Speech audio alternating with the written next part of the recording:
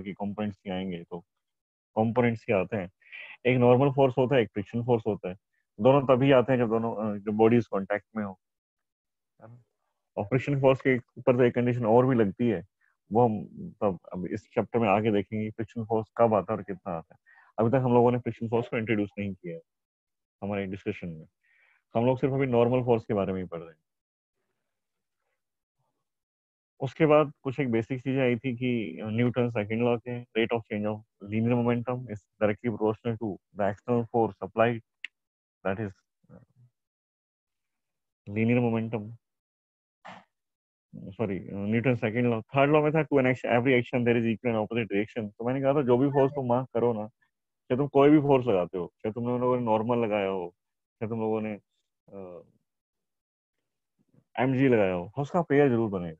वो पेयर हो सकता है कि तुम्हें अपने सिस्टम के अंदर दिखाई दे, और हो सकता है सिस्टम के बाहर से दिखाई दे।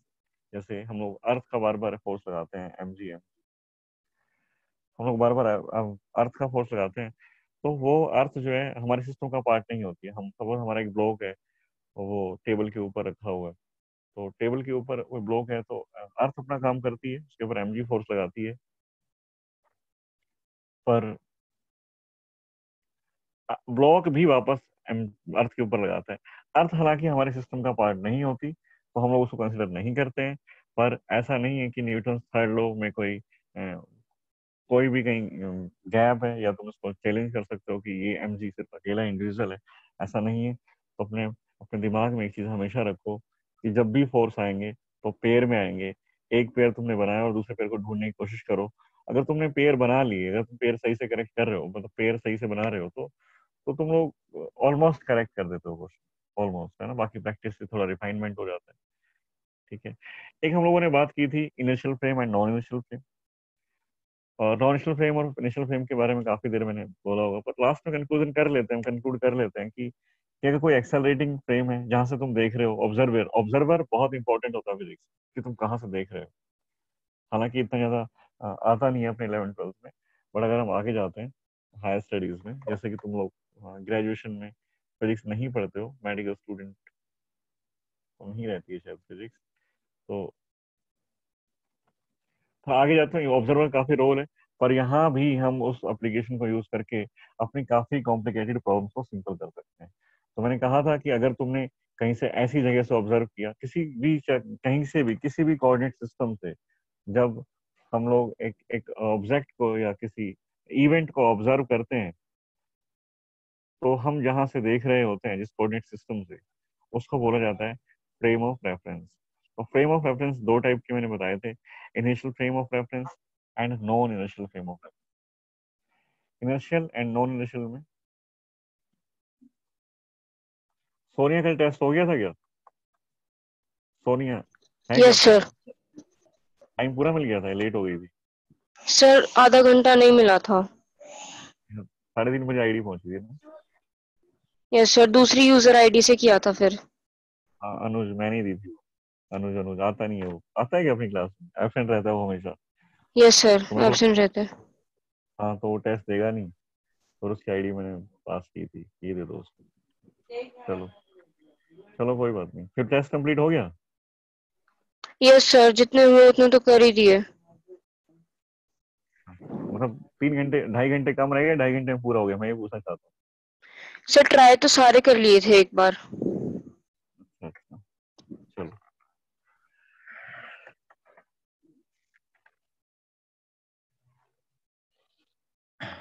हाँ तो एक बात और हमने मतलब इससे पहले भी कर ली थी कि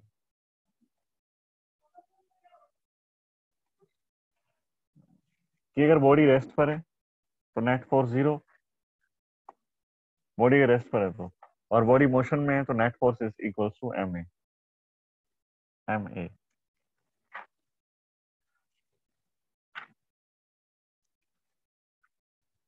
तो आज हम लोग स्ट्रिंग के बारे में, स्ट्रिंग के कोई क्वेश्चन प्रैक्टिस किए क्या स्ट्रिंग के?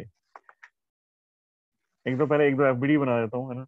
उसका पुली सिस्टम स्टार्ट करते हैं, स्ट्रिंग कैसे सॉल्व होती है। एक दो एफबीडी और बना देते हैं, इंक्लाइन प्लेन का एग्जांपल ले लेते हैं।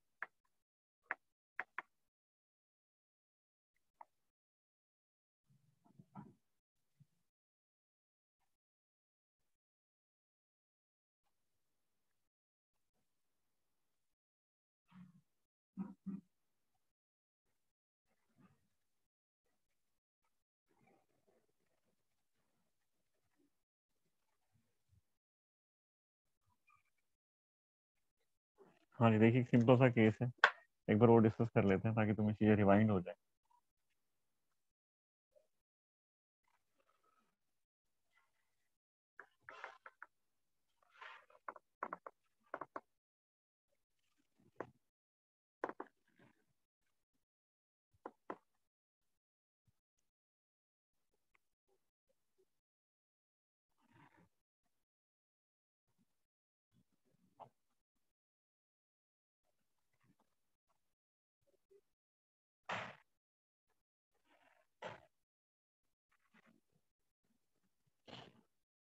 तो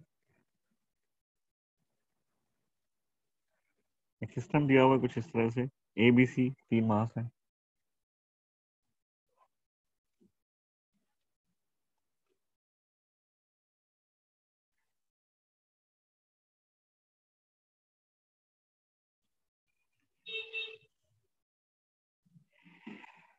एक के ऊपर एक रखा हुआ है, A B and C. B के ऊपर फोर्स है एफ,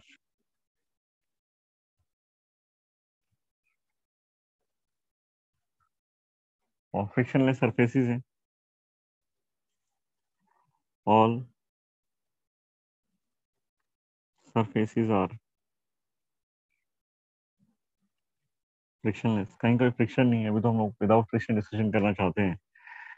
तो इन तीनों का एफबीडी बनाते हैं, और acceleration of each, acceleration of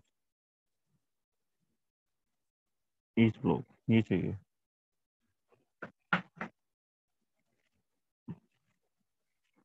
तो मान लेते हैं मास इनका m1 m2 बस दिया हुआ होगा, पर m1 m2 m3 ले लेते हैं एबीसी के अकॉर्डिंग, 1 2 3। और इनका एफबीडी ड्रॉ करना चाहते हैं, सबको सेपरेट कर लेते हैं। एफबीडी ड्रॉ करने की सबसे पहले सारी बॉडीज को सेपरेट कर लेते हैं।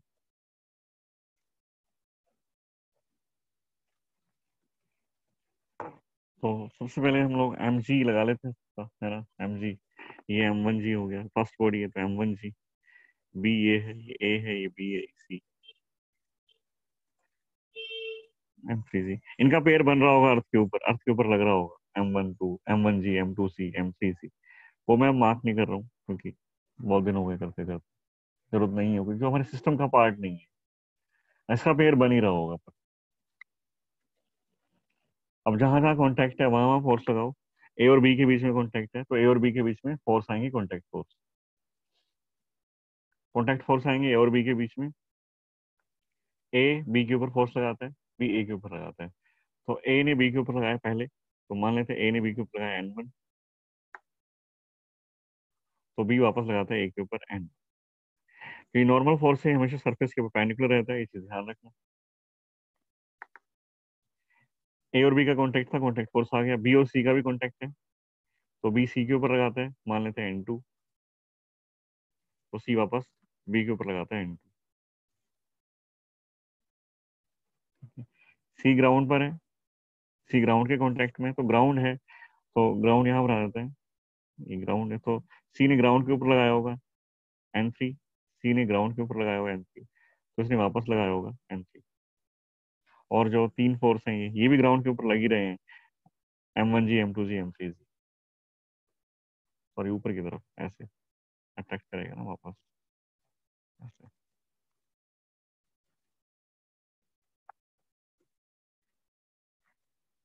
बी के ऊपर एक फोर्स और भी है, F। ए पर कोई हॉरिजॉन्टल डायरेक्शन में फोर्स नहीं है, बी के ऊपर कोई हॉरिजॉन्टल डायरेक्शन में फोर्स नहीं है। अब सारे फोर्सेस हम ड्रॉ कर चुके हैं, एफबीडी बन चुका है।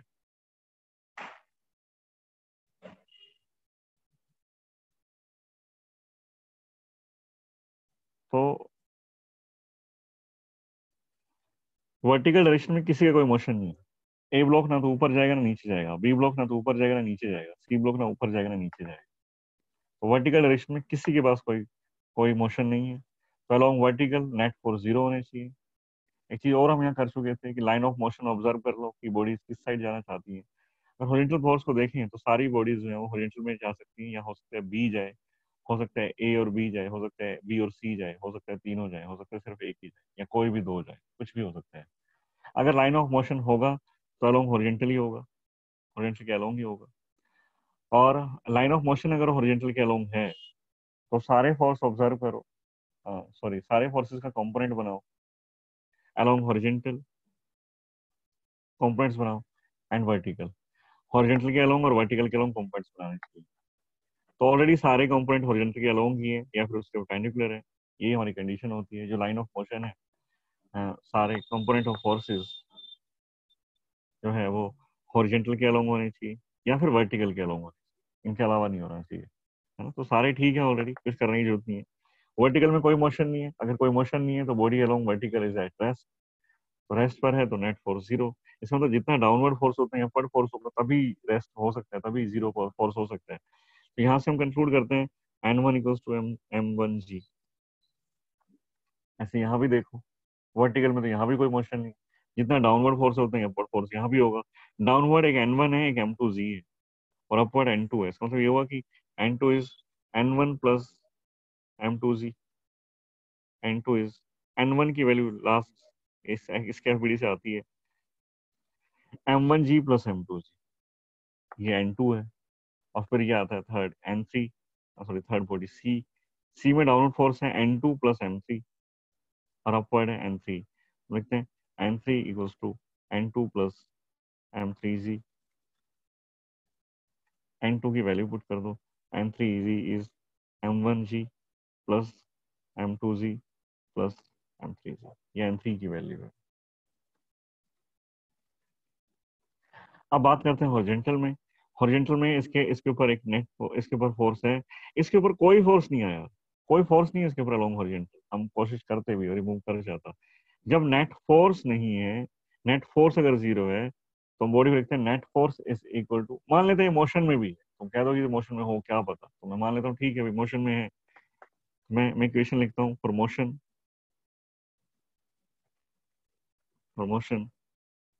F net equals to M A, ये सबके लिए, ये तीनों के लिए F net equals to M A. For first body A, the net force is zero, mass m1, acceleration is a1। तो मास तो जीरो हो नहीं सकता, मास तो नॉन जीरो होता है, तो a1 is zero, first body का एक्सेलरेशन।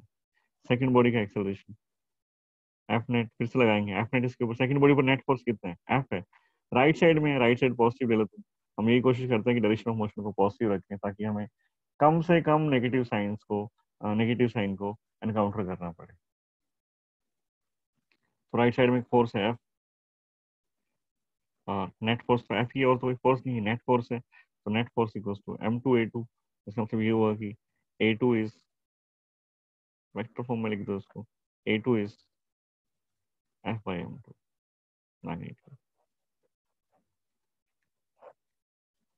बी का एक्सेलरेशन, एक्सेलरेशन ऑफ बी, इसके ऊपर नेट फोर्स, कोई फोर्स नहीं along horizontal, net force zero, तो एक्सेलरेशन ऑब्वियसली जीरो आएगा।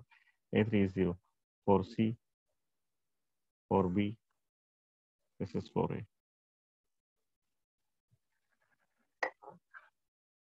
ये बात थी जो हम पहले कर चुके हैं, है ना?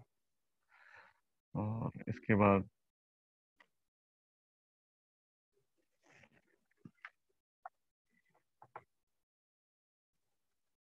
एक एग्जांपल और लेते हैं, उसके बाद फिर हम लोग स्ट्रिंग पुली सिस्टम पर आ जाएंगे, स्ट्रिंग और पुली सिस्टम पर। हाँ,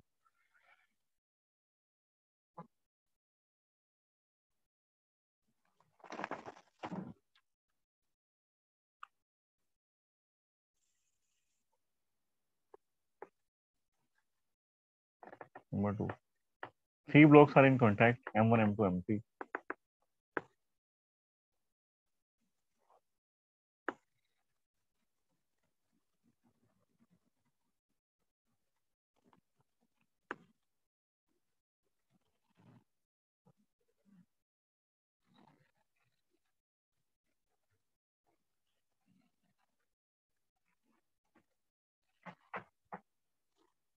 M1 के ऊपर फोर्स लगाए और फोर्स की डायरेक्शन बिल्कुल हॉरिजॉन्टल या वर्टिकल नहीं है, ऐसे है, एट सम एंगल, ये this angle is theta, theta ये एफ है।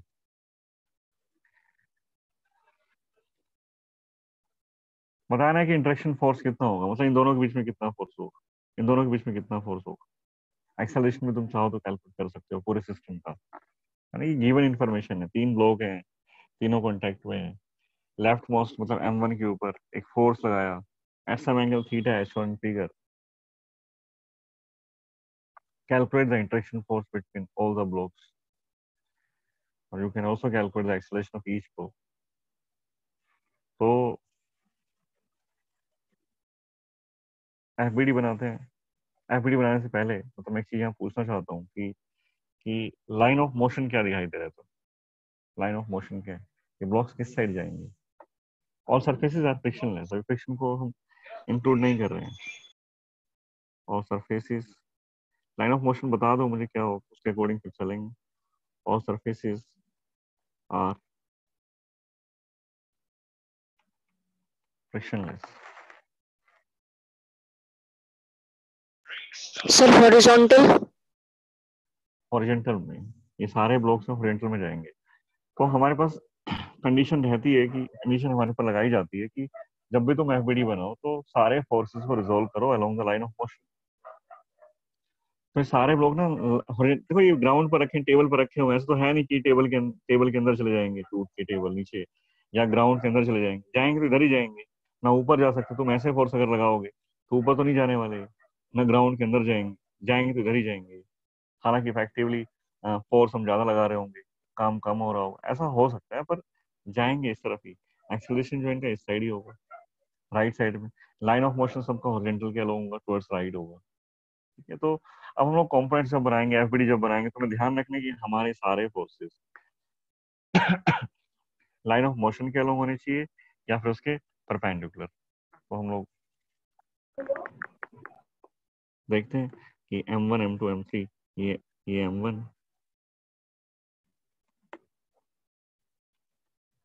ये M2 है। चलो तो बन गया M3, M1 M2 M3। Downward M1G M2G M3G। इन दोनों के बीच में एक फोर्स है M1 M2 के बीच में, तो M1 इसके ऊपर एक फोर्स लगाएगा। इन दोनों के बीच में नॉर्मल फोर्स आएगा। देखो इन दोनों के बीच में कॉन्टेक्ट है ना यहाँ पर, इन दोनों का कॉन्टेक्ट यहाँ पर M1 M2। M2 M3 के बीच में भी कॉन्टेक्ट है, तो यहाँ पर एक नॉर्मल फोर्स आएगा, यहाँ एक नॉर्मल फोर्स आएगा, यहाँ एक नॉर्मल आएगा, यहाँ एक नॉर्मल आएगा, यहाँ एक नॉर्मल आएगा। तो M1 का कॉन्टेक्ट ग्राउंड के साथ, M2 का कॉन्टेक्ट भी ग्राउंड के साथ है, M3 का कॉन्टेक्ट भी ग्राउंड के साथ। तो जहां जहां कॉन्टेक्ट है वहां कॉन्टेक्ट फोर्स आएंगे, नॉर्मल फोर्स और फ्रिक्शन फोर्स। फ्रिक्शन की अभी बात नहीं कर रहे हैं, ऑल सरफेसेस आर फ्रिक्शनलेस, तो उसको तो रहने देते हैं। अभी सिर्फ नॉर्मल नॉर्मल ड्रॉ कर लेते हैं। एफ एक फोर्स, अप्लाइड फोर्स भी है जो बाहर से लगाया गया है। उस एफ की डायरेक्शन कुछ ऐसी है जैसे कि तुम्हें दिखाया गया डायग्राम इस लाइन के साथ, थीटा एंगल पर है। तो पहले इसका एफबीडी हमें बनाना चाहते हैं। तो M1 M2 M3 इनका पेयर बनेगा, ग्राउंड के ऊपर फोर्स लग रहा होगा, इस फोर्स में ग्राउंड यहाँ मान लेता हूँ छोटा, तो तीनों लग रहे होंगे ये ऊपर डायरेक्शन में ऐसे, M1G M2G equal and opposite ऊपर। ठीक है, अब M1 ने ग्राउंड के ऊपर लगाया होगा N1, तो ग्राउंड क्या करेगा, वापस लगाए N1। M2 ने ग्राउंड के ऊपर लगाया होगा N2, तो ग्राउंड ने वापस लगाया होगा N2। M3 ने ग्राउंड के ऊपर लगाया होगा N3, तो इसने वापस लगाया होगा N3। मतलब इनका जो ये जो कॉन्टेक्ट है ना ग्राउंड के साथ, वो सब काम मैं कर चुका, ग्राउंड का काम मैं कर चुका। अब इनका आपस में, तो जब इस साइड से पुश कर रहे हैं तो ऑब्वियस है कि M1 M2 के ऊपर कुछ फोर्स लगा रहा होगा। जब इस साइड से हम पुश कर रहे हैं, तो इस साइड से कर रहे होते तो M2 M1 के ऊपर लगा रहा होगा। तो अभी तो इस साइड से फोर्स लगा रहे हो तुम लोग, तो M1 M2 के ऊपर कुछ फोर्स लगाया, मान लेते हैं वो फोर्स M1 ने M2 के ऊपर लगाया। सरफेस के परपेंडिकुलर, देखो सरफेस ही है, इसके परपेंडिकुलर होना चाहिए। नॉर्मल फोर्स मतलब परपेंडिकुलर फोर्स एन, उसने वापस लगाया होगा इसके ऊपर एन। M2 और M3 भी कॉन्टेक्ट में, M2 ने M3 के ऊपर लगाया होगा एन प्राइम, तो M3 ने वापस M2 के ऊपर लगाया होगा, that is also an prime, equal and opposite action reaction Newton third law के अकॉर्डिंग। तो यहाँ के सारे कॉन्टेक्ट की बात भी हो गई। और कोई फोर्स बचा हुआ है, एक ये फोर्स बचा हुआ है, एक ये फोर्स बचा हुआ है, तो क्या लिखेंगे, F1 की डायरेक्शन ये है, F1 ये है देखो, ये F1 है और ये इसका हॉरिजॉन्टल के साथ एंगल, ये थीटा, ये थीटा है। तो F1 का कंपोनेंट अगर बनाएं तो इधर एक कंपोनेंट है F1, ये F है, सॉरी F का कंपोनेंट अलोंग हॉरिजॉन्टल लेके आए, उसको इधर घुमा के लेके आओगे तो ये कंपोनेंट जो है, this component will be F cos theta along horizontal, क्योंकि हमें सारे फोर्स अलोंग हॉरिजॉन्टल चाहिए और डायरेक्शन होगी ये। और दूसरा कंपोनेंट किधर आएगा, दूसरा कंपोनेंट अगर एक कंपोनेंट इधर आया इसका, एक हॉरिजॉन्टल चला गया ऐसे, तो दूसरा नीचे आएगा डाउनवर्ड, दूसरा मैं यहाँ बनाया था बॉडी के ऊपर, यहाँ दूसरा कंपोनेंट F का दूसरा component F sin theta, F sin theta, और ये इनइफेक्टिव हो जाता है, ये इनइफेक्टिव, क्योंकि इसको तुमने कंपोनेंट बना लिया ना तो ब्रेक हो गए। तो दो कंपोनेंट बने, इस F के दो कंपोनेंट आए, एक आया F cos theta along horizontal towards right, एक आया vertical downward F sin theta. Vertical में तो किसी कोई मोशन है नहीं, वर्टिकल में तो किसी कोई मोशन है ही नहीं, तो वर्टिकल में तो नेट फोर्स सबका जीरो करो, सबका नेट फोर्स जीरो। हॉरिजॉन्टल में M1 के ऊपर फोर्स लगाया, M2 और M3 उसके कांटेक्ट में। देखो ऐसा नहीं हो सकता कि M1 चला जाए और M2 यहीं रह जाए, ऐसा तो हो नहीं सकता, प्रैक्टिकली सोच के देखो। अगर मैं M1 को पुश करता हूँ तो M2 भी मूव करेगा, M3 भी मूव करेगा, ऐसा नहीं हो सकता M1 चला गया और M2 M3 यहीं रह गए, ऐसा नहीं हो सकता। ऐसा हो सकता है कि तीनों ही ना चले, ऐसा तो हो सकता है कि तुमने फोर्स लगाया और तीनों ही रेस्ट पर हैं, एक भी नहीं चलता, ऐसा तो हो सकता है। किसी भी बड़ी चीज को तुम फोर्स लगाओ तो नहीं चलेगी। तो एक ट्रक खड़ा है, तुमने जाके धक्का मारा, नहीं चला, ऐसा तो हो सकता है कि तुम लोग फोर्स लगाओ तो बॉडी मोशन में ना आए, ऐसा तो हो सकता है। पर ऐसा नहीं हो सकता कि तुमने M1 मोशन में आ गया तुम्हारा, M2 और M3 मोशन में नहीं है, ऐसा नहीं हो सकता। आएंगे तो सारे एक साथ आएंगे, जाएंगे सारे एक साथ जाएंगे, ऐसा भी नहीं हो सकता तुम M1 के ऊपर फोर्स लगा रहे हो, M3 अपने आप भाग रहे आगे आगे without applying any force. M1 की वजह से M2 का मोशन है, M2 की वजह से M3 का मोशन है। तो ऐसा नहीं हो सकता तुमने M1 पर फोर्स लगाया है तो M1 तो मूव कर रहा है, M2 भी मूव कर रहा है, M3 भी मूव कर रहा है, पर M3 अपनी अलग ही दुनिया में आगे भागे जा रहे हैं, ऐसा भी नहीं हो सकता। तीनों हमेशा साथ रहेंगे, तीनों हमेशा साथ रहेंगे, और तीनों का एक्सेलरेशन हमेशा सेम होगा। मतलब M1 जो है वो ए एक्सेलरेशन से इधर जाता है, M2 भी ए एक्सेलरेशन से इधर जाता है, M3 भी एक्सेलरेशन ए से इधर जाता है, सबका एक्सेलरेशन सेम है। along horizontal net force लिख देंगे, net force is equal to m है, along vertical net force is equal to 0। अब अगर along vertical net force अगर 0 है, जितना डाउनवर्ड फोर्स है उतना ही अपवर्ड फोर्स भी है। डाउनवर्ड फोर्स कितने हैं, F sin theta M1g and N1। तो first for body for M1, M1 का FBD अगर हम लिखें तो डाउनवर्ड M1g है, F sin थीटा है, M1g plus F sin theta, upward force N1, upward force is N1। ये वर्टिकल की इक्वेशन है। हॉरिजॉन्टल के अलोंग भी लिख देते हैं, लाइन ऑफ मोशन तुम्हारा हॉरिजॉन्टल है और टुवर्ड्स राइट है, तो हम कोशिश करते हैं कि जो जो डायरेक्शन मोशन की है वही पॉजिटिव रखें। तो right side is positive, right is positive, वो ऐसे लिखते हैं, right side is positive, leftward is negative. अगर राइट साइड तुम्हारी पॉजिटिव है, लेफ्ट नेगेटिव है,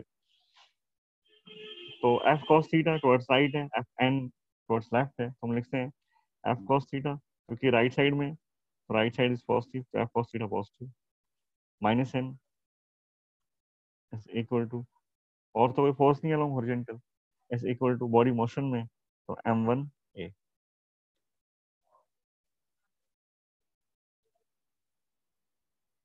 फॉर M2, M2 में देखो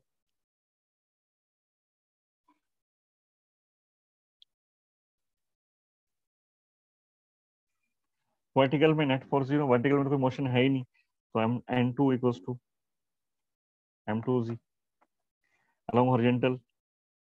मोशन तो है इसका राइट साइड में, और राइट साइड हमारी पॉजिटिव है, तो लिखेंगे N minus N prime, N minus N prime is equal to M2 mass into acceleration, MA net force, N minus N prime net force है, इज इक्वल टू M2 है।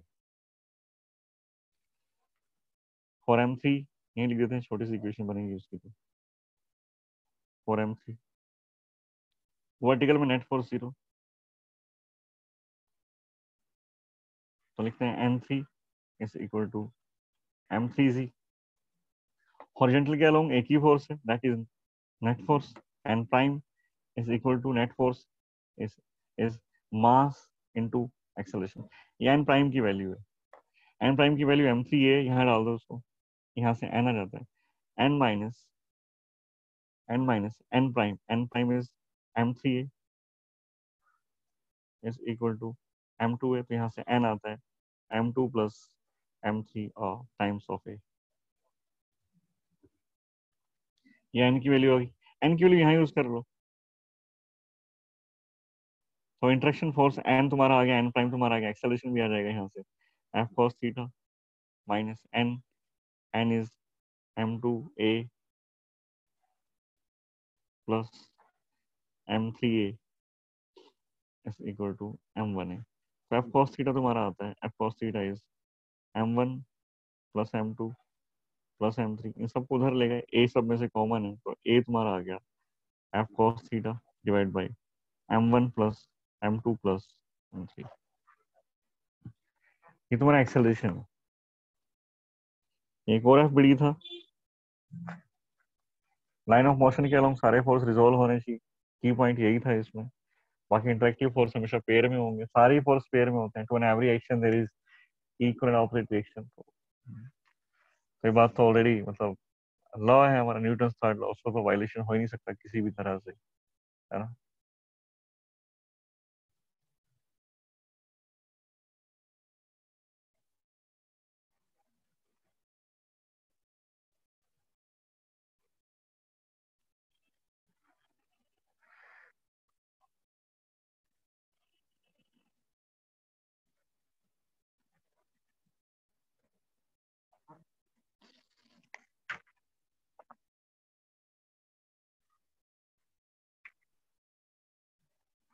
चलो एक और करते हैं।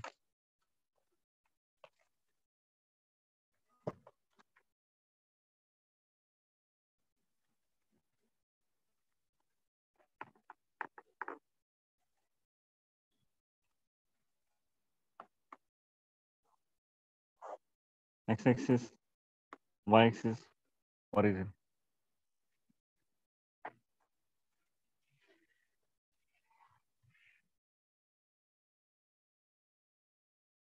ये कोई क्यूबिकल बॉक्स है हमारे coordinate system X Y Z में। क्यूबिकल ब्लॉक, ये क्यूबिकल बॉक्स की जो वेलोसिटी है, तुम्हें वेलोसिटी दी हुई है v, ये इसकी जो v है, that v is 5ti plus 2tj। तो एक्सेलरेशन भी आ सकता है फिर तो, dv बाई dt कर लो, time dependent velocity, velocity variable है, dv बाई dt कर लो, तो dv बाई dt करेंगे तो t का डिफरेंशिएशन तो 1 हो गया, तो 5i cap plus 2j cap. ये एक्सेलरेशन है इस क्यूबिकल बॉक्स का।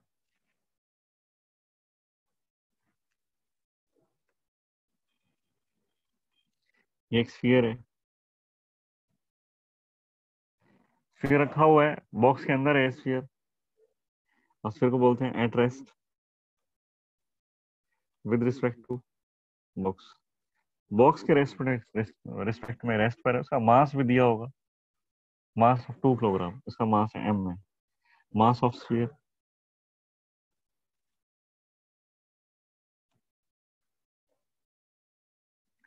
Mass of sphere is 2 kilogram. बता रहे हैं तुम्हें कि what is the total force exerted by the sphere on the cube. अब ये स्फीयर जो है, ये स्फीयर कांटेक्ट में है क्यूब के, एक तो यहाँ पर कांटेक्ट में है, एक यहाँ कांटेक्ट में है, ये दो कांटेक्ट मान लेता हूँ, point P and point Q, तो पॉइंट ऑफ कांटेक्ट है, दो है, point P and point Q.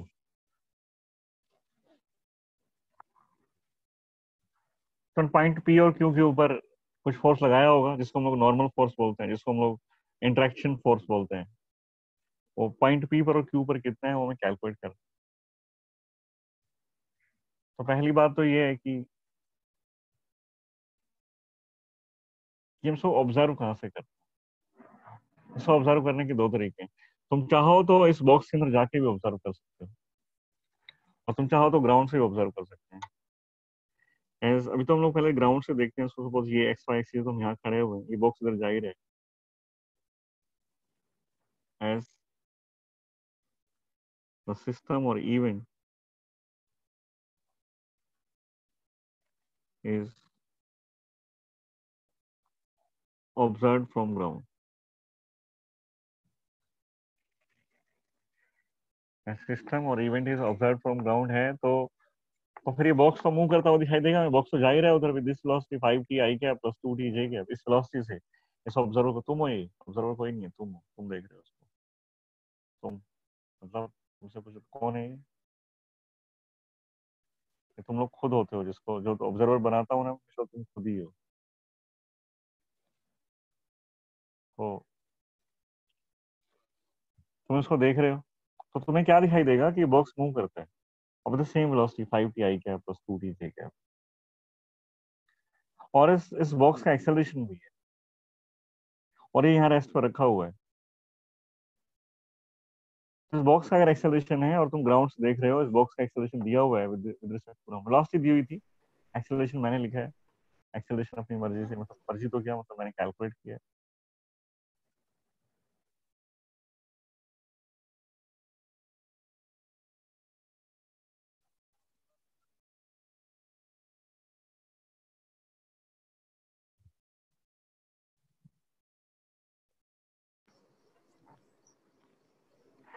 As system is observed from ground, Kita to resume class.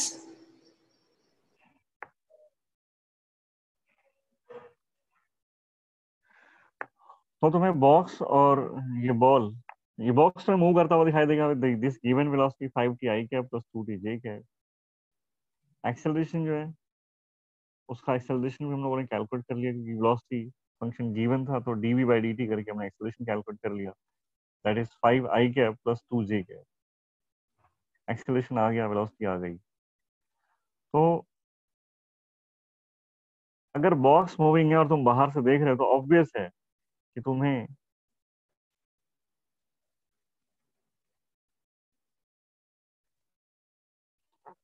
ये भी ज्वाइन कर, ये सॉरी, ये भी मूव करता हुआ दिखाई देगा। कौन? स्फीयर। जिस स्पीड से बॉक्स जा रहा है, मतलब तुम ट्रेन में बैठे हो, तो ट्रेन की स्पीड है वो तुम्हारी भी स्पीड है, और मैं बाहर खड़ा होकर देख रहा हूँ तुम लोगों को, तो मैं क्या कहूंगा कि अगर ट्रेन की जो स्पीड है वही स्पीड तुम्हारी भी है, ट्रेन एक्सेलरेट कर रही है तो मतलब तुम भी एक्सेलरेट कर रहे हो, है ना। तो इस बॉक्स का, इस स्फीयर की वेलोसिटी भी यही है, जब तुम ग्राउंड से देख रहे हो तो स्फीयर की वेलोसिटी भी यही है, स्फीयर का एक्सेलरेशन भी यही है ना। एक्सेलरेशन पता लग गया। तो हम क्या लिखते हैं, इसका एफबीडी बनाते हैं, मास का दिया हुआ है, एफबीडी क्या होगा, ये स्फीयर है, और ये उसकी बॉक्स की साइड सरफेसेस हैं, point P and point Q यहाँ पर है ये। तो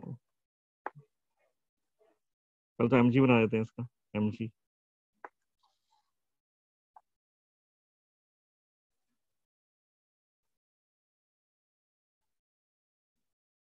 एमजी है ये बॉक्स, पॉइंट पी पर कांटेक्ट में, तो स्फीयर नहीं, स्फीयर जो है इस बॉक्स के कांटेक्ट में पॉइंट पी पर, तो ये स्फीयर जो है बॉक्स के ऊपर कुछ फोर्स लगाता ही होगा, पॉइंट पी के ऊपर, N1। स्फीयर ने बॉक्स के पॉइंट पी पर एक फोर्स लगाया N1, तो बॉक्स की सरफेस क्या करेगी, अपवर्ड डायरेक्शन में फोर्स लगाएगी, यानी same same force, equal opposite, तो रेडियस के along normal perpendicular to the surface होना चाहिए, और सरफेस जो हमारी स्फेरिकल है, सरफेस हमारी स्फेरिकल है, तो N1 जो है वो रेडियस के अलोंग ऐसे आउटवर्ड जाएगा। इस स्फीयर का कांटेक्ट पॉइंट पी पर भी है, तो पॉइंट क्यू पर भी है, तो पॉइंट क्यू के ऊपर एक फोर्स लगाया होगा स्फीयर ने, N2, तो स्फीयर क्या करेगा, वापस लगाएगा इसके ऊपर इन रिवर्स डायरेक्शन, N2। ये सारे फोर्स जो है ना रेडियस के अलोंग सेंटर की तरफ जाएंगे, क्योंकि नॉर्मल फोर्स है परपेंडिकुलर, और रेडियस ही परपेंडिकुलर होता है, रेडियस ही परपेंडिकुलर होता है,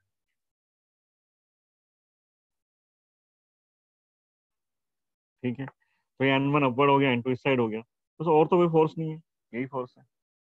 एक्सेलरेशन तुम्हें दिया हुआ है, तुम्हें पता है कि acceleration of this sphere is 5 i cap, मतलब इस साइड एक एक्सेलरेशन है, इस एक्सेलरेशन 5 आई कैप तो ये है एक्स एक्सिस के अलोंग, मतलब इस acceleration long X axis is 5 metre per second. 2 J cap किधर होगा, अपवर्ड डायरेक्शन में, मतलब ये बॉक्स ऊपर भी जा रहा है, तो मतलब इसका एक एक्सेलरेशन ऊपर भी है, ऊपर भी एक्सेलरेशन है, ए Y is 2 metre per second.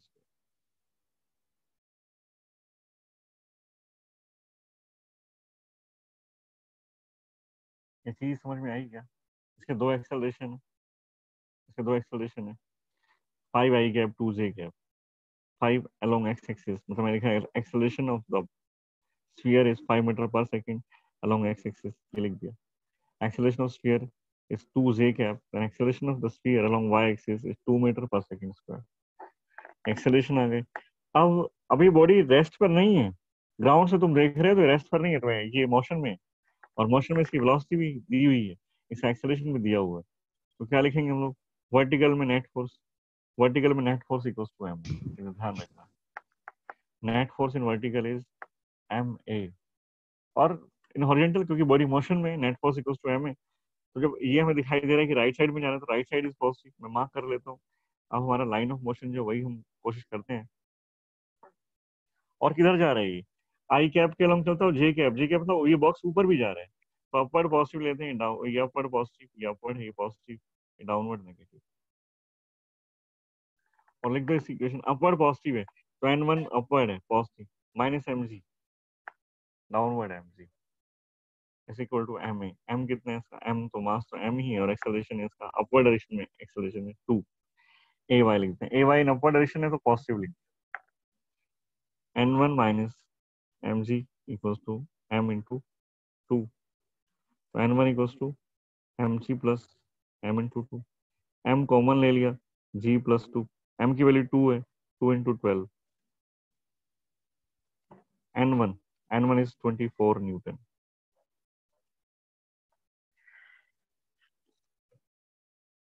ये है पॉइंट P पर जो फोर्स लगता है, पॉइंट P पर जो फोर्स लगता है. पॉइंट Q पर, at point Q, point Q के लिए क्या करें? ये पॉइंट Q है तुम्हारा, ये पॉइंट Q है, ये पॉइंट, ये जो कॉन्टेक्ट में है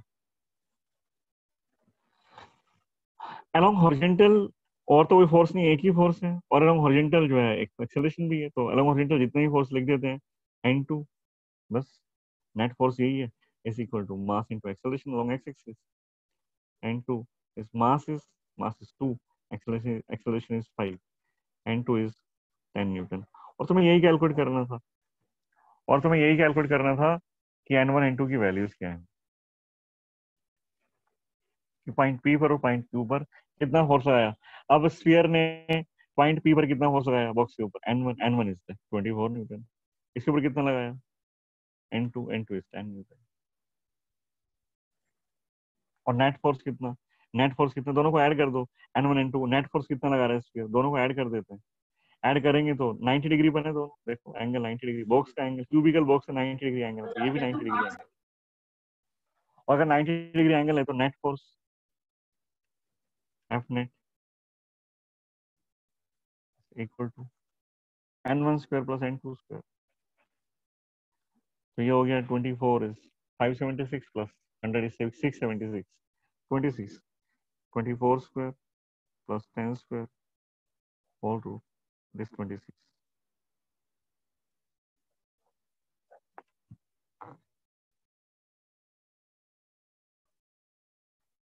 इस क्वेश्चन को हम दो तरह से सॉल्व कर सकते हैं. मैंने कहा था कि एक स्यूडो फोर्स की एप्लीकेशन भी होती है.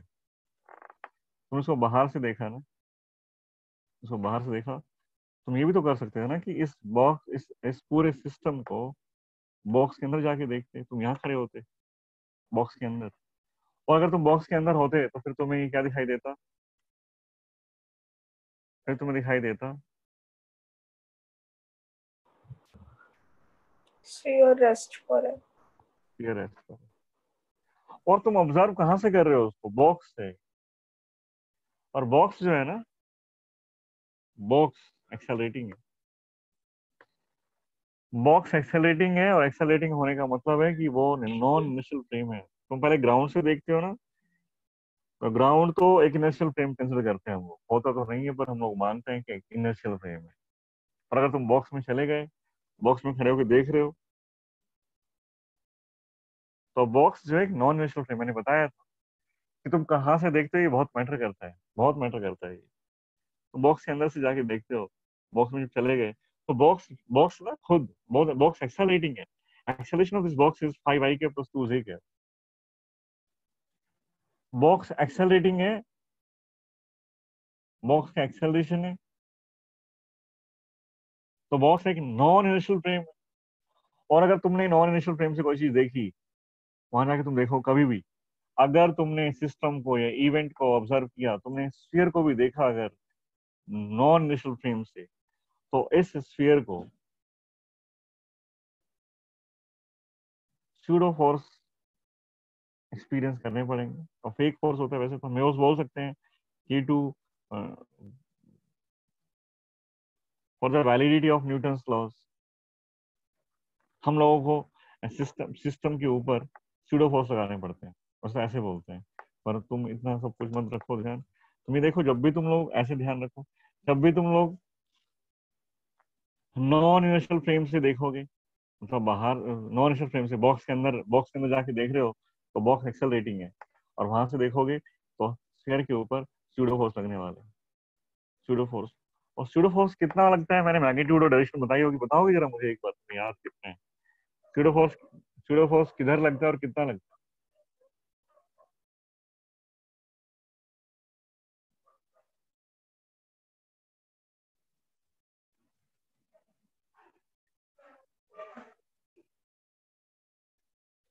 Pseudo force?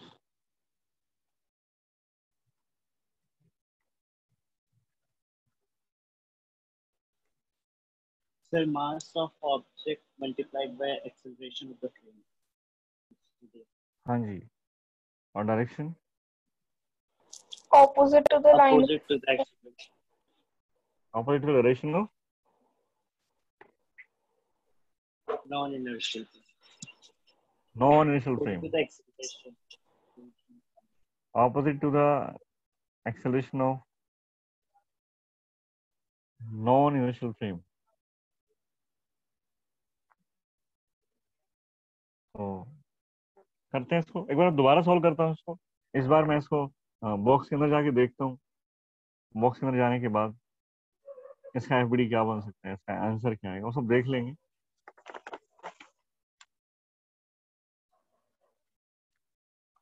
पर हमें ये बात तो तुम्हें समझ में आ गई कि तुम बॉक्स में जाके इसको देखोगे ना, बॉक्स के अंदर से, तो तुम्हें रेस्ट में दिखाई देता है, ये बात तुम्हें पता है।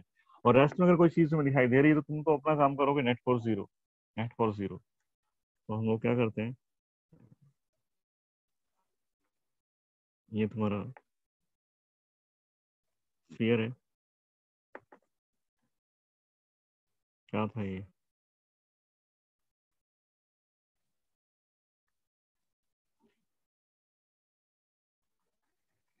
स्फीयर है, ये एक्सेलरेशन हो गया, एक्सकेल हो कुछ तो दे ही रखा है, acceleration is 5i cap plus 2j cap. और तुम अब यहाँ पर वो बॉक्स के अंदर, ये बॉक्स है, तुम यहाँ पहुंच गए, यहाँ पहुंच गए, और ये बॉक्स एक्सेलरेटिंग है, एक्सकेलोंग 5 एक्सेलरेशन है इसका, 5 के 2 है। तो इसका एफबीडी अब बनाए, तो अगर तुम यहाँ से खड़े होकर देखोगे, तो फिर इसका एफबीडी क्या बनेगा, देखो, ये स्फीयर हुआ, ये बॉक्स हुआ, ये पॉइंट पी, ये पॉइंट क्यू,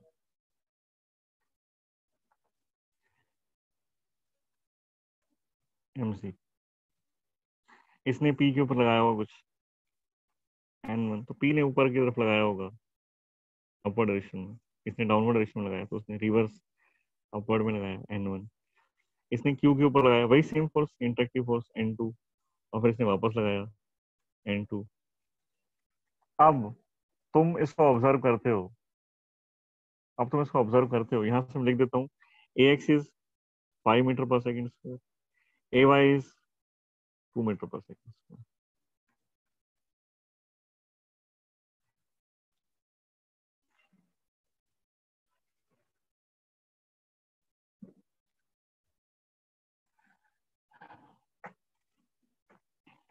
अब जब तुम उसको ऑब्जर्व कर रहे हो ना, बॉक्स में से ऑब्जर्व कर, और बॉक्स जो है, box is non inertial frame, क्योंकि एक्सेलरेटिंग है, accelerating frame is known as non inertial frame.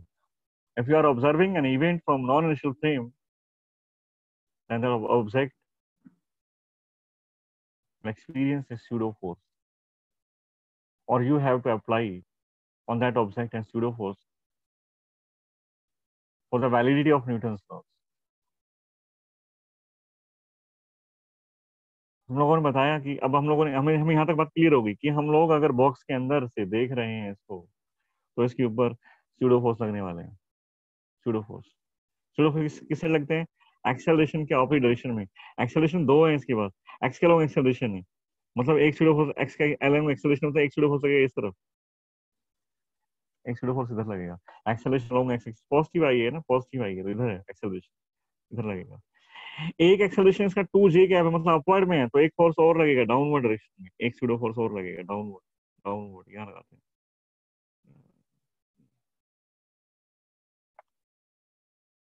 दो स्यूडो फोर्स लगेंगे। स्यूडो फोर्स हमेशा एक्सेलरेशन के ऑपोजिट डायरेक्शन में लगेंगे, दो डायरेक्शन में एक्सेलरेशन, दो डायरेक्शन में स्यूडो फोर्स लगेंगे। कितने लगते हैं? मास तो ऑब्जेक्ट का मास तो इसी का, और एक्सेलरेशन, एक्सेलरेशन फ्रेम का acceleration along x axis is 5, तो एम ए।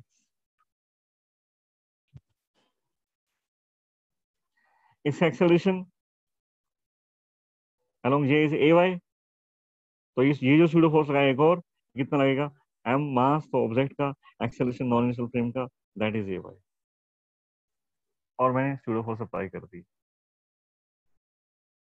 और ये कंप्लीट है। अब ये कंप्लीट हो गया है ना, पहले जो लग रहे थे वो तो लग ही रहे थे, एडिशनल स्यूडो फोर्स हो रहे हैं। ऑब्जर्वर तुम अभी बॉक्स में हो, बॉक्स में से तुम्हें क्या दिखाई दे रहा है कि ये जो स्फीयर है, ये स्फीयर रेस्ट पर है, ये स्फीयर जो है रेस्ट पर है। अगर ये स्फीयर रेस्ट के ऊपर है तो नेट फोर्स 0 लिखोगे। इस बार तुम्हें रेस्ट में दिखाई दे रहा है ना, तुम अंदर जाके देख रहे हो, तो नेट फोर्स 0। जितने डाउनवर्ड फोर्स है उतने ही अपवर्ड फोर्स भी, जितने डाउनवर्ड फोर्स उतने अपवर्ड फोर्स। n1 अपवर्ड है, डाउनवर्ड है, mg and may।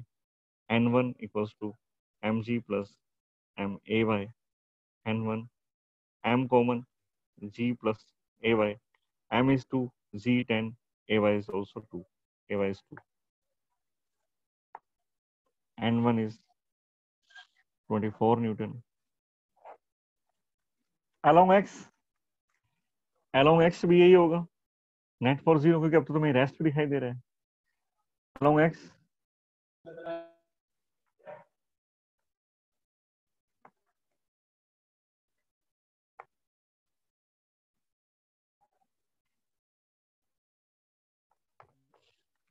along x तुम्हें दिखाई दे रहा है रेस्ट पर, तो n2 जितने राइट फोर्स उतने लेफ्ट, तभी जी नेट फोर्स 0 से, जितने राइट में फोर्स उतने लेफ्ट में फोर्स होने चाहिए, तभी 0 हो सकते हैं। तो लिख देते हैं n2 is equal to max। n2 is mass, acceleration is 5 along x is 5, n2 is 10 newton। Again the net force will be equal to 24 square plus 10 square whole root will be equal to 26 newton। समझ में आया क्या? Yes, sir. Yes. ये approach मैं काफी बार use करूंगा। इससे question में बहुत बार ऐसा होता है कि सिंपल दिखाई देता है, हमें बहुत सिंपल लगता है। स्यूडो फोर्स अप्लाई किया और बॉडी को रोक दिया, बैठ के जाके देख लिया उसको क्या हो रहा है, ठीक है ना। नेक्स्ट पर आते हैं, केस डिस्कस करते हैं, ज्यादा टाइम बचा नहीं है। स्ट्रिंग मास सिस्टम में आज स्टार्ट करना चाहता था, स्ट्रिंग पुली सिस्टम। पहले स्ट्रिंग का केस स्टार्ट कर लेते हैं, है ना। तो स्ट्रिंग जब भी कनेक्ट करती है ना किसी बॉडीज को, किसी भी बॉडीज को जब स्ट्रिंग कनेक्ट करती है आपस में, तो स्ट्रिंग में ना टेंशन आ जाती है, स्ट्रिंग में टेंशन आती है। और वो tension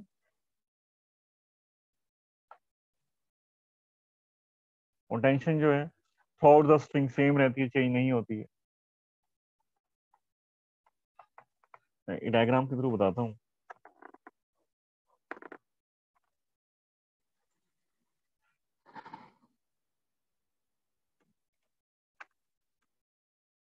four to and one, तीन मास हैं ऐसे ऐसे। m1 m2 ले लेते हैं, m1 m2 m3। m3 पर एक फोर्स लगाया F,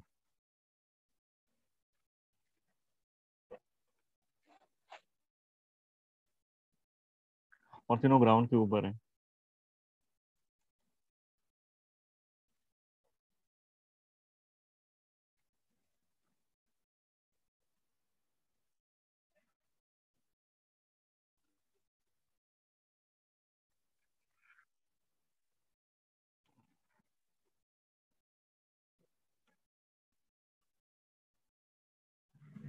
तीनों ग्राउंड पर है।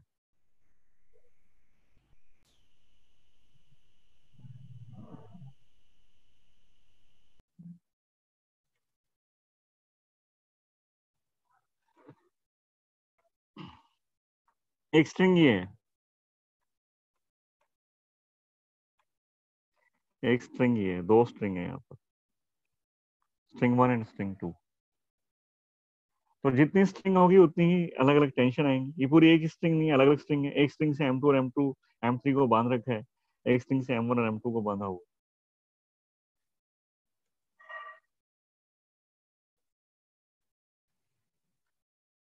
तो यहाँ पर एक टेंशन आएगी, यहाँ एक टेंशन आएगी। स्ट्रिंग 1 में टेंशन, मान लेता हूँ कि इसमें टेंशन जो है T1 आने वाली है, T1, इसमें टेंशन T2 आएगी। और tension, tension at each point in the string, इस पॉइंट पर जो टेंशन है वही इस पॉइंट पर होगी, वो भी इस पॉइंट पर होगी, वही इस पॉइंट पर होगी, वही इस पॉइंट पर होगी, वही इस पॉइंट पर होगी। फॉर मासलेस ऐसे लिखते हैं, कंडीशन होती है इसमें, और massless and frictionless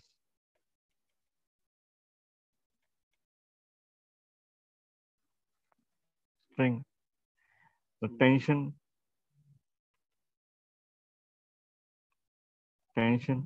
at each point is same, her point पर टेंशन सेम है।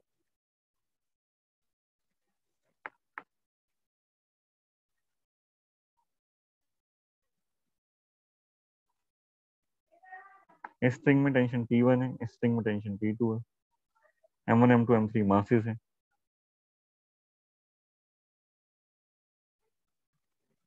टेंशन की डायरेक्शन ऑफ टेंशन, वैसे दो तीन तरीकों से डायरेक्शन बताई जाती है, पर एक बार तुम इसको देखो। डायरेक्शन ऑफ टेंशन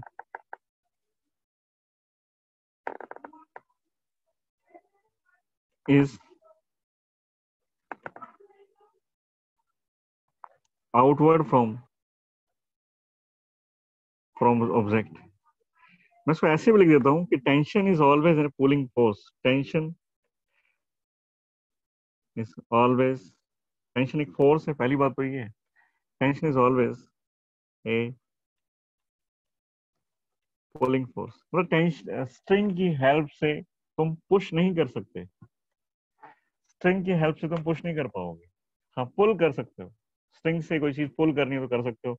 ऐसा नहीं हो सकता स्ट्रिंग तुमने बांधी और पुश कर रहे हो स्ट्रिंग, ऐसा नहीं हो पाएगा। तो tension is always a pulling force. तो जब भी तुम किसी के ऊपर लगाओगे टेंशन, जब जब भी कहीं स्ट्रिंग कनेक्ट होगी तो ऑब्जेक्ट को खींच रहा होगा, पुश नहीं कर रहा करेगा कभी भी, हमेशा पुलिंग फोर्स होता है ना। तो देखते हैं मतलब इन सारी बातों का मतलब क्या है। बिल्कुल वही एफबीडी बनाना चाहता हूँ मैं, बिल्कुल वैसे क्या वैसे। 3 ब्लॉक हैं, तीनों को सेपरेट कर लेते हैं। M1 M2 M3, स्ट्रिंग लगा दो सबसे पहले। स्ट्रिंग कहाँ कहाँ थी? एक स्ट्रिंग दोनों के बीच में थी, स्ट्रिंग दोनों पर लगाओ। एक स्ट्रिंग इन दोनों के बीच में थी, यहाँ एक स्ट्रिंग लगाई, एक फोर्स था, स्ट्रिंग है, सबसे पहले स्ट्रिंग मार्क करो। और स्ट्रिंग जो है ऑब्जेक्ट से आउटवर्ड, मतलब ये M3 तुम्हारा ऑब्जेक्ट है तो इसकी जो स्ट्रिंग कनेक्ट है वो आउटवर्ड बाहर निकलेगी, इसके अंदर कभी नहीं जाएगी। पुल करेगा, पुल हमेशा इधर लगा दे तो पुश पुश हो जाएगा वो इधर आउटवर्ड, M2 से बाहर, चाहे कहीं भी हो, M1 से बाहर। टेंशन हमेशा बाहर होती है। तो ये जो M2 M3 के बीच में टेंशन थी वो मैंने T1 ली थी, उल्टा हो गया ना ये तो। चलो तो लिख देते हैं T1 और ये T1, क्योंकि हर जगह सेम टेंशन, यहाँ T2 और ये T2। अलोंग वर्टिकल हालांकि कोई मोशन नहीं है, बनाने की जरूरत भी नहीं है, लिखने की जरूरत भी नहीं है, पर लिख देते हैं। M1G डाउनवर्ड लग रहा होगा, ग्राउंड के ऊपर कुछ M1 लगाया होगा, ग्राउंड में कुछ लगा दिया। M2G N2 M3G, मेरे को वर्टिकल इक्वेशन की जरूरत नहीं है, पर मैंने एफबीडी मार्क कर दी है। लिखना चाहो तो N1, जो वर्टिकल में कोई मोशन है ही नहीं, तो N1 equals to M1G, N2 equals to M2G, N3 equals to M3G।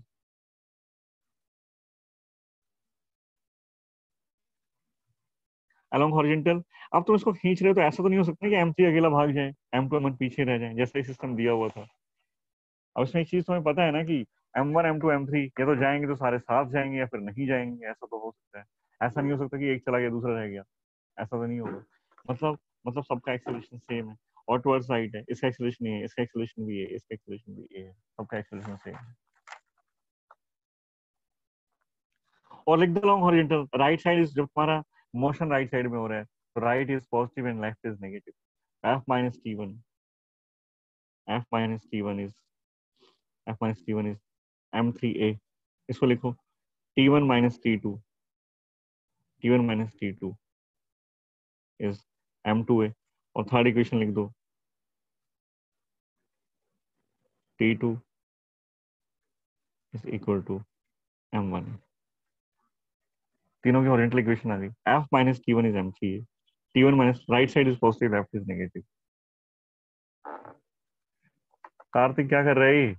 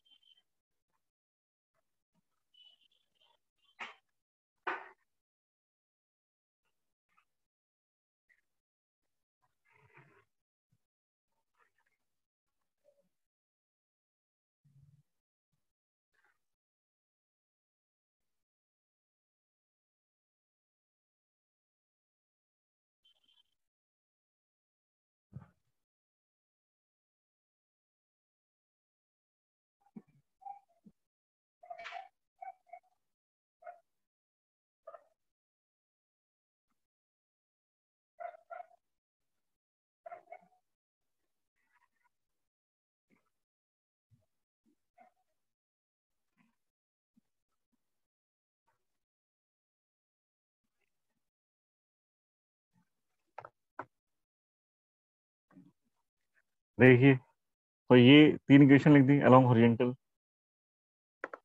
f minus t1 is m3a, t1 minus t2 is m2a, t2 is m1a.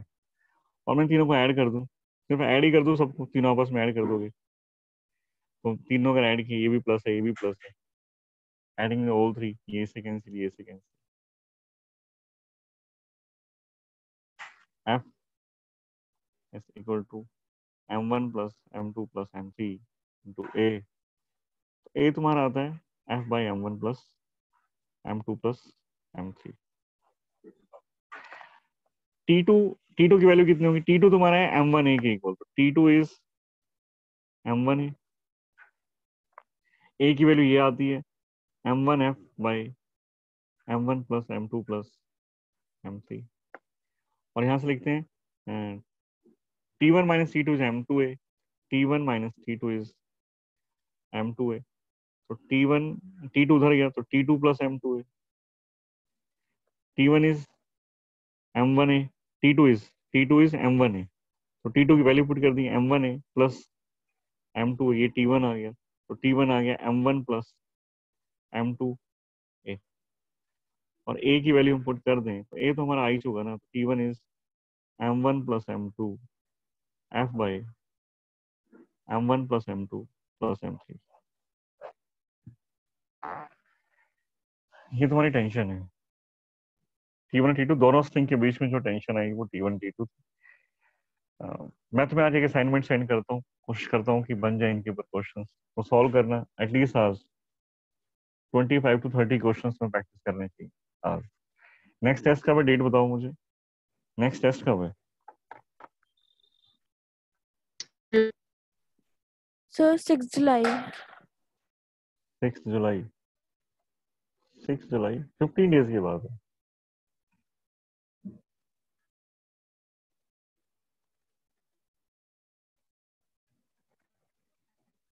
Days के बाद टेस्ट है क्या? पक्का बात है तुम लोगों को? 6 नहीं होगा, 13 अराउंड होगा. देखना दोबारा से, तो कंफर्म करना भाई, ठीक है?